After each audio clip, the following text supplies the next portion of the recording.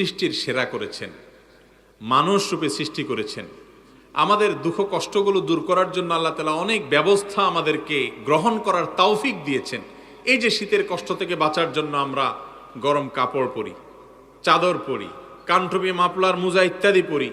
আমাদের শীত থেকে নিবারণের, শীত থেকে বেঁচে থাকার বহু রকমের ব্যবস্থা আল্লাহ তাআলা করে দিয়েছেন, না দেন নাই? আল্লাহ রাব্বুল আলামিনের এটা একটা নেয়ামত। কত শত নেয়ামত আমরা ভোগ করে চলেছি, কিন্তু টেরও পাই না যে কোন দিক দিয়ে আল্লাহর কোন নেয়ামত ভোগ করে চলছে। এই নেয়ামতের জবাবদিহি করা, এই নেয়ামতের শুকরিয়া কৃতজ্ঞতা আদায়িত করা পরের কথা, নেয়ামত যে ভোগ করছি সেই খবরই আমাদের নেই। ঠিক না বে ঠিক? আল্লাহ তাআলার কাছে কিয়ামত দিন জবাবদিহি করতে হবে।